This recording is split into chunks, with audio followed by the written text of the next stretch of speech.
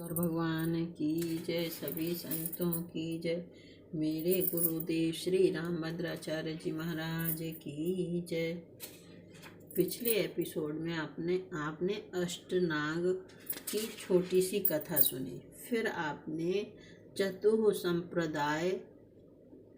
चतुसंप्रदायाचार्य जी के छोटी छोटी कथा सुनी। जैसे उसमें है रामानुजाचार्य, श्री रामनंदाचार्य जी, आचार्य श्री विष्णु स्वामी जी, इनके छोटे छोटे आपने प्रसंग सुने। अब आप श्री मध्वाचार्य जी का प्रसंग सुनेंगे चतुसंप्रदायाचार्य में। बोलो सभी संतों की जय, मेरे गुरुदेव श्री रामभद्राचार्य जी महाराज की जय। श्री भगवान नारायण की आज्ञा से स्वयं वायुदेव ने ही भक्ति सिद्धांत की रक्षा के लिए मद्रास प्रांत के मंगलूर जिले के अंतर्गत उडुपा क्षेत्र से 2-3 मील दूर बेलली ग्राम में भार्गव गोत्रीय नारायण भट्ट के अंश से तथा माता वेदवती के गर्भ से विक्रम संवत 1295 की माघ शुक्ला सप्तमी के दिन आचार्य मध्व के रूप में अवतार ग्रहण किया था। कई लोगों ने अश्विन शुक्ला दशमी को इनका जन्मदिन माना है, परंतु वह इनके वेदांत साम्राज्य के अभिषेक का दिन है, जन्म का नहीं। इनके जन्म के पूर्व पुत्र प्राप्ति के लिए माता पिता को बड़ी तपस्या करनी पड़ी थी। बचपन से ही इनमें अलौकिक शक्ति दिखती थी। इनका मन पढ़ने लिखने में नहीं लगता था, अतः यज्ञोपवीत होने पर भी ये दौड़ने, कूदने, फांदने, तैरने और कुश्ती लड़ने में ही लगे रहते थे। अतः बहुत से लोग इनके पितृदत्त नाम वासुदेव के स्थान पर इन्हें भीम नाम से पुकारते थे। ये वायुदेव के अवतार थे, इसलिए यह नाम भी सार्थक ही था, परंतु इनका अवतार उद्देश्य खेलना कूदना तो था नहीं। अतः जब वेद शास्त्रों की ओर इनकी रुचि हुई, तब थोड़े ही दिनों में इन्होंने संपूर्ण विद्या अनायास ही प्राप्त कर ली। जब इन्होंने संन्यास लेने की इच्छा प्रकट की, तब मोहवश माता पिता ने बड़ी अड़चने डाली, परंतु इन्होंने उनकी इच्छा के अनुसार उन्हें कई चमत्कार दिखाकर, जो अब तक एक सरोवर और वृक्ष के रूप में इनकी जन्मभूमि में विद्यमान हैं, और एक छोटे भाई के जन्म की बात कहकर 11 वर्ष की अवस्था में अद्वैत मत के सन्यासी अच्युत पक्षाचार्य जी से सन्यास ग्रहण किया। यहाँ पर इनका सन्यासी नाम पूर्ण प्रज्ञ हुआ। सन्यास के पश्चात इन्होंने वेदांत का अध्ययन आरंभ किया। इनकी बुद्धि इतनी तीव्र थी कि अध्ययन करते समय ये कई बार गुरुजी को ही समझने लगते और उनकी व्याख्या का प्रतिपाद कर देते। सारे दक्षिण देश में इनकी विद्वता की धूम मच गई।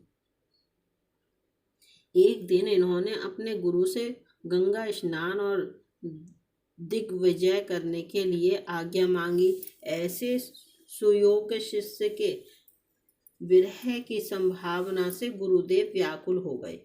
उनकी व्याकुलता देखकर अनंतेश्वर जी ने कहा कि भक्तों के उद्धारार्थ गंगा जी स्वयं सामने वाले सरोवर में परसों आएंगी, अतः वे यात्रा ना कर सकेंगे। सचमुच तीसरे दिन उस तालाब में हरे पानी के स्थान पर सफेद पानी हो गया और तरंगें दिखने लगी। अतएव आचार्य की यात्रा नहीं हो सकी। अब भी हर 12वें वर्ष एक बार वहां गंगा जी का प्रादुर्भाव होता है। वहां एक मंदिर भी है। कुछ दिनों के बाद आचार्य ने यात्रा की और स्थान स्थान पर विद्वानों के साथ शास्त्रार्थ किए। इनके शास्त्रार्थ का उद्देश्य होता भगवत भक्ति का प्रचार, वेदों की प्रामाणिकता का स्थापन, मायावाद का खंडन और मर्यादा का संरक्षण। एक जगह तो इन्होंने वेद, महाभारत और विष्णु सहस्रनाम के क्रमशः 3, 10 और 100 अर्थ हैं। ऐसी प्रतिज्ञा करके और व्याख्या करके पंडित मंडली को आश्चर्यचकित कर दिया। गीता भाष्य का निर्माण करने के पश्चात इन्होंने बद्री नारायण की यात्रा की और वहां महर्षि वेद व्यास को अपना भाग्य दिखाया। कहते हैं कि दुखी जनता का उद्धार करने के लिए उपदेश ग्रंथ निर्माण आदि ही इन्हें आज्ञा प्राप्त हुई। बहुत से नृपतिगण इनके शिष्य हुए। अनेक विद्वानों ने पराजित होकर इनका मत स्वीकार किया। इन्होंने अनेक प्रकार की योग सिद्धियां प्राप्त की थी और इनके जीवन में समय समय पर वे प्रकट भी हुई। इन्होंने अनेक मूर्तियों की स्थापना की और इनके द्वारा प्रतिष्ठित विग्रह आज भी विद्यमान हैं। श्री बद्री नारायण में व्यास जी ने इन्हें शालिग्राम की 3 मूर्तियां भी दी थीं, जो इन्होंने शुभ्र ब्रह्म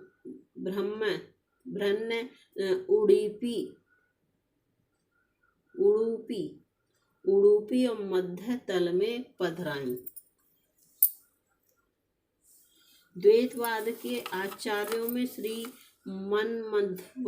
मन्मध्वाचार्य का विशिष्ट स्थान है। आपके अनुसार समस्त पदार्थों का मूल कारण परमात्मा है। उन्हीं से सारा जगत आविर्भूत हुआ है। परमात्मा और जीवात्मा दोनों अनादि हैं और इन दोनों में भेद है। परमात्मा स्वतंत्र हैं और जीवात्मा परतंत्र। आपके अनुसार श्री हरि ही सर्वोत्तम हैं। उनकी महिमा जानते हुए अपने स्त्री सुतादि परिवार की अपेक्षा अधिक एवं दृढ़तर स्नेह भगवान पर रखना ही भक्ति है। भगवान और श्री हरि की इसी भक्ति का प्रचार करते हुए वे एक बार अपने सहस्त्रों शिष्यों के साथ पांचाल राज्य में गए। मार्ग में शिष्यगण पीछे रह गए थे, इसीलिए आचार्य श्री एक शिला पर बैठकर विश्राम करने लगे। थोड़ी ही देर में वे भगवान श्री हरि के ध्यान में मग्न हो गए और उन्हें ब्रह्म जगत का किंचित भी ज्ञान न रहा। उधर से ही पांचाल नरेश की सवारी आनी थी, अतः सैनिक उन्हें वहां से हटाने लगे, परंतु समाधि अवस्था में होने के कारण आचार्य श्री को सैनिकों के क्रियाकलापों का कोई ज्ञान ही नहीं था। इतने में ही हाथी पर सवार राजा भी वहां पहुंच गए। एक साधु वेशधारी को मार्ग में बैठे देखकर और सैनिकों द्वारा हटाने पर भी ना हटने पर उन्हें अपना अपमान लगा।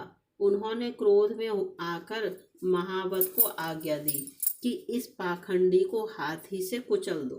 फिर क्या था, राजा की सेना के हाथी और घुड़सवार आचार्य श्री को कुचलने के लिए आगे बढ़े, परंतु सब के सब मूर्तिवत स्तंभित खड़े रह गए, एक पग भी आगे न बढ़ सके। यह देख पांचाल नरेश हाथी से कूदकर उनके चरणों में प्रणत हो गए और अपने संपूर्ण समाज सहित उनकी शिष्यता ग्रहण की। एक बार किसी व्यापारी का जहाज द्वारका से मलाबार जा रहा था। तुलुक के पास वह डूब गया। उसमें गोपी चंदन से ढकी हुई एक भगवान श्री कृष्ण की सुंदर मूर्ति थी। मध्वाचार्य को भगवान की आज्ञा प्राप्त हुई और उन्होंने मूर्ति को जल से निकालकर उडुपी में उसकी स्थापना की। तभी से वह रजतपीठपुर अथवा उडुपी मध्य मध्यमतानुयायियों के मध्यमतानुयायियों को का तीर्थ हो गया। एक बार एक व्यापारी के डूबते हुए जहाज को इन्होंने बचा दिया। इससे प्रभावित होकर वह अपनी आधी संपत्ति इन्हें देने लगा, परंतु इनके रोम रोम में भगवान का अनुराग और संसार के प्रति विरक्ति भरी हुई थी। ये भला उसे क्यों लेने लगे? इनके जीवन में इस प्रकार के असामान्य त्याग के बहुत से उदाहरण हैं। कई बार लोगों ने इनका अनिष्ट करना चाहा और इनके लिखे हुए ग्रंथ भी चुरा लिए, परंतु आचार्य इससे तनिक भी विचलित या क्षुब्ध नहीं हुए, बल्कि उनके पकड़े जाने पर उन्हें क्षमा कर दिया और उनसे बड़े प्रेम का व्यवहार किया। ये निरंतर भगवत चिंतन में संलग्न रहते थे। बाहरी काम काज भी केवल भगवत संबंध से ही करते थे। इन्होंने उडुपी में और भी 8 मंदिर स्थापित किए, जिनमें श्री सीताराम, द्विभुज कालियदमन, चतुर्भुज कालियदमन, विट्ठल आदि 8 मूर्तियां हैं। आज भी लोग उनका दर्शन करके अपने जीवन का लाभ लेते हैं। ये अपने अंतिम समय में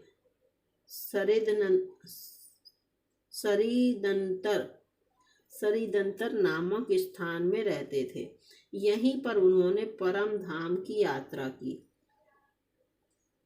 देह त्याग के अवसर पर पूर्वाश्रम के सोहन भट्ट को अब जिनका नाम पद्मनाभ तीर्थ हो गया था, श्री राम जी की मूर्ति और व्यास जी की दी हुई शालिग्राम शिला देकर अपने मत के प्रचार की आज्ञा कर गए।